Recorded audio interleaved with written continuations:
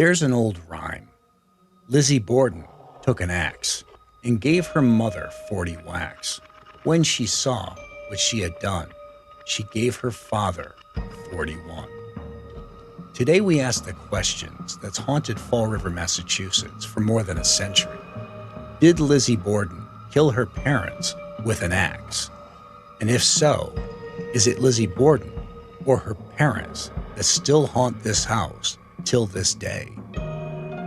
I'm Jason Hawes, and we're launching new shows to bring you more of what you love, starting with Haunted America, where we visit the most haunted locations and tell you the most terrifying stories behind them, only on the Paraverse network. The family living in the Borden House during 1892 was very peculiar.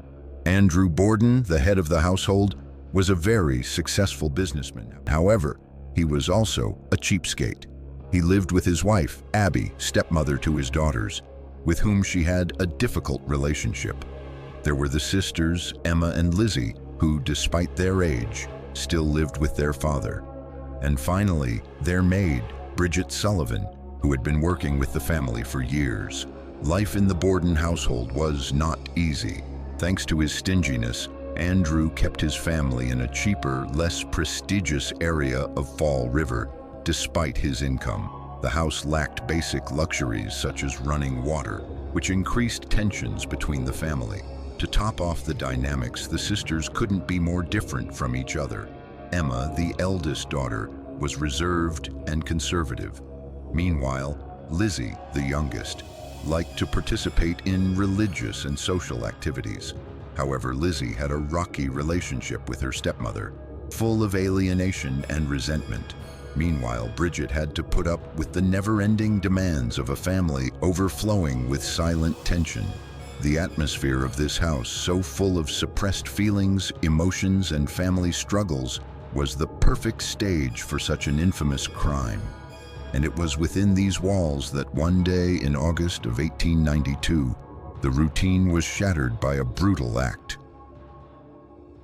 It all began on August 4th, 1892, on what seemed like just another ordinary day at the Borden house. The routine was going as usual inside the home, despite the summer heat streaming in through the windows. Andrew left for work early. Abby began her household chores. Bridget carried out her duties, and Lizzie moved around the house as usual.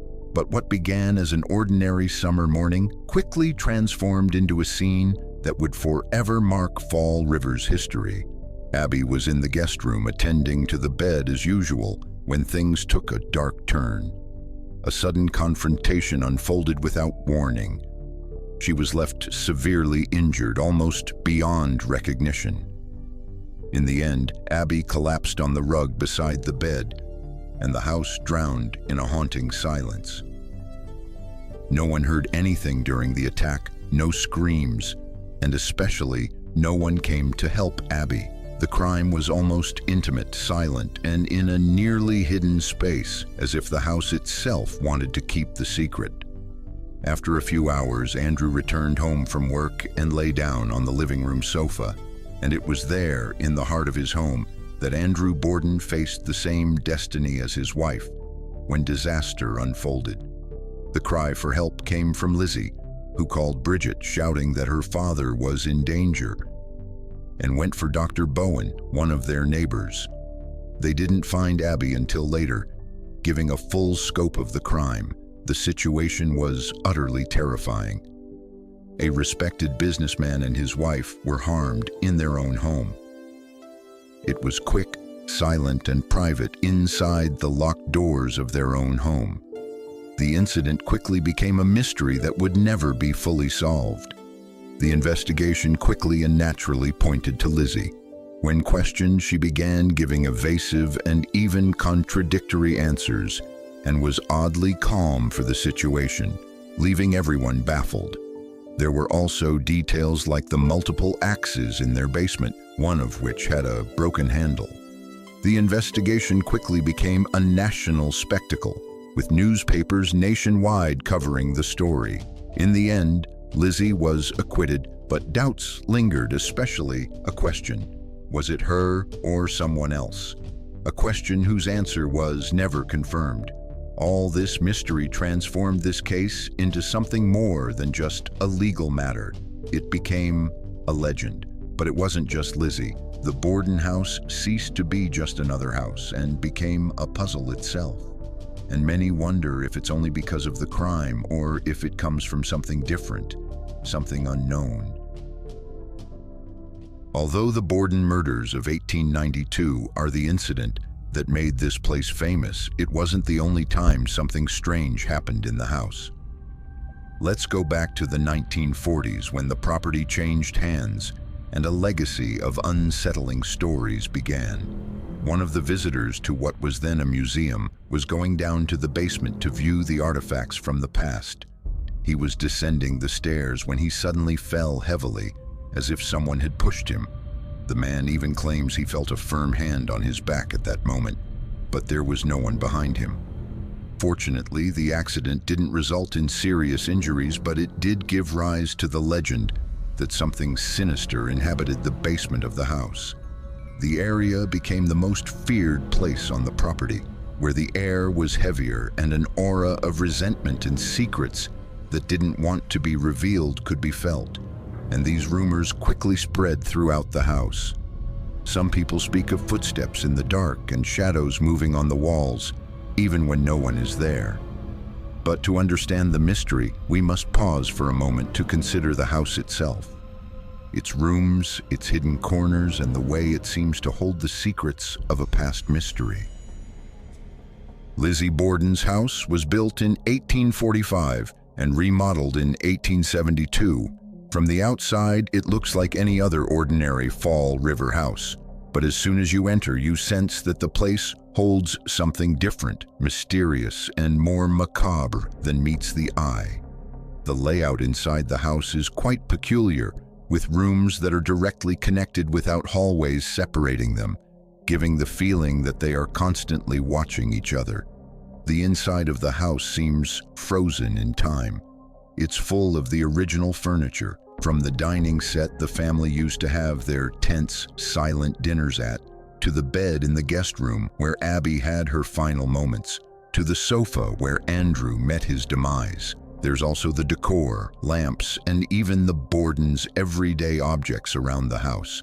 We have an exhibit of the case full of photographs, newspaper clippings, and objects related to the crime. Touring the house is an experience that leaves many with uneasy feelings, a sense of being watched on the staircase, connecting the dining room and the guest room, a heavy, secretive silence in the parlor, tension and unease in the dining room, and to top it off, a dark, cramped attic that seems to conceal all the house's dark secrets. Every corner of the Borden house seems to hold memories, and the rooms seem to breathe the untold story of what happened within. This atmosphere is where inexplicable tales and paranormal phenomena emerge, making this house a must-see destination for those seeking more than just stories. It all began as rumors, but soon became a catalog of experiences that fuel the legend of Borden House. Those who dare to enter claim to have seen shadows gliding along the walls, silhouettes appearing in the corner of their eyes, and blurry faces reflected in the mirrors. Some speak of a watchful presence in the guest room where Abby was attacked.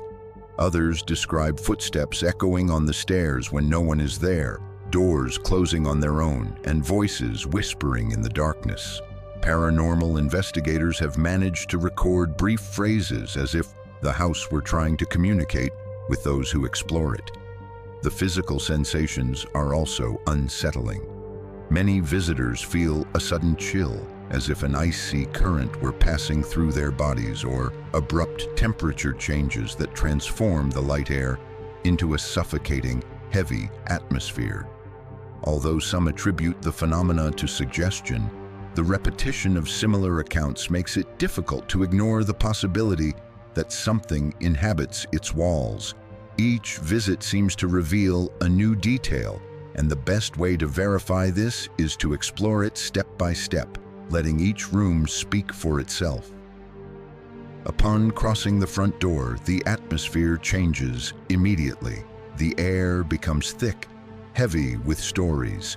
The living room greets you with a profound silence, and each footstep seems to resonate more than normal, as if someone were watching from the shadows. There remains the sofa where Andrew rested in his final moments, an object that still sends shivers down your spine and seems to hold the memory of the crime. People claim they have seen mysterious stains appear and disappear, as if the sofa were eternally absorbing his blood.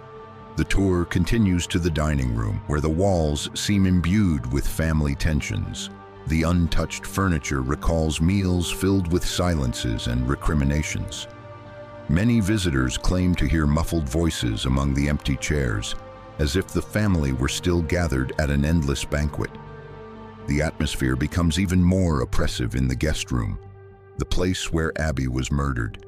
Upon entering, the air feels heavy, and many describe a strange chest pain, as if the room were repelling intruders. Some claim to have seen her silent figure, trapped in the moment of her violent death, while others feel someone watching them from an unseen corner. The staircase connecting the dining room to that room is another unsettling spot. Photographs show blurry figures, and there are many tales of footsteps ascending when no one is there. The feeling of being watched from above and movements as if shadows were dancing around you follow you around. It all ends in the attic, a space with low ceilings and dark corners that intensify the cold. There you can hear knocks, murmurs, and voices as if they are revealing the secrets of the Borden family. Investigators consider it one of the most active places in the house, where presences seem more willing to manifest themselves. Some claim to feel the presence of Emma, the eldest sister, as if she were still watching over the house from the shadows. Here, every corner tells its own story, and while some attribute it to the age of the house, drafts or plays of light, others believe it holds stories and presences that refuse to disappear. The truth is, at the end of each visit, the question remains: what does this house truly mean to those who dare to enter, and what secrets still lie hidden within its walls? The Lizzie Borden House is not just a crime scene, but a place where history and myth intertwine. Each visit teaches us how walls can hold secrets, and that the past is harder to erase than we think. Perhaps we will never know the truth about what happened here in 1892. But if we know one thing, it is that the house continues to speak to those who dare to listen. Don't forget to like and subscribe to discover the stories and experiences behind many other places where the paranormal is closer than we think. Until next time.